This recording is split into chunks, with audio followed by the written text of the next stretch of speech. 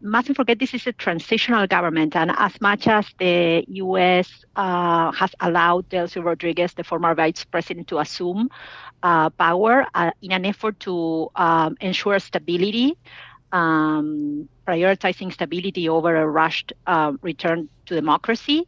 It's still a transitional government. And to me, I think that that poses a yellow light in the sense that as much as she may be familiar with the oil industry, or as much as oil companies are willing or capable of working in difficult circumstances, the fact that it's a transitional government, I think, to me, makes it hard for it to be able to project the political and regulatory stability that underpins significant and broad-based investment and a pickup both in the oil industry as well as in the broader economy.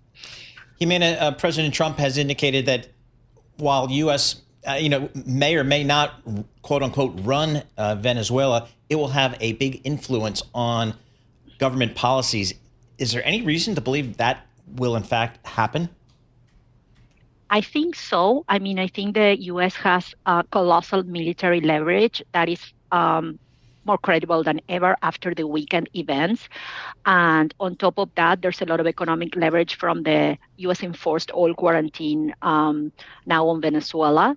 Delcy Rodríguez knows that if she does not comply with the U.S. request, she risks suffering the same fate as Maduro's did. That said, it's unclear she will be able to deliver on the U.S. request. In particular, the U.S. has made requests concerning dismantling of drug trafficking networks, opening up the oil industry, and also eliminating or removing from the country foreign elements such as those linked to Hezbollah or the Colombian FARC and ELN. She may try, but there are other power centers in Venezuela along with her, who are the Defense Minister Padrino Lopez and the Interior Minister Diosdado Cabello.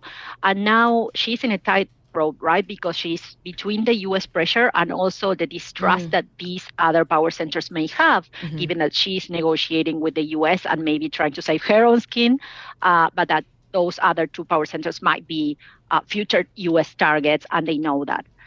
So it's unclear how long she can last and how long-lastingly she can establish control over the Venezuelan transition.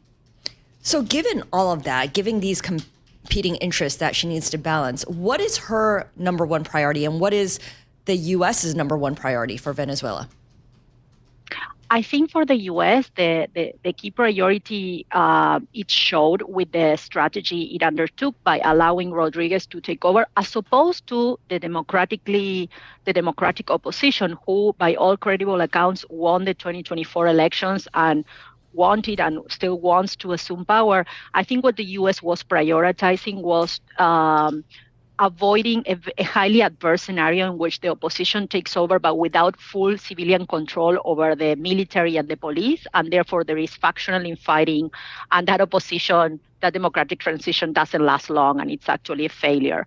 I think what the U.S. is trying to do is prioritizing stability because the regime still controls all those power levers associated with the use of force.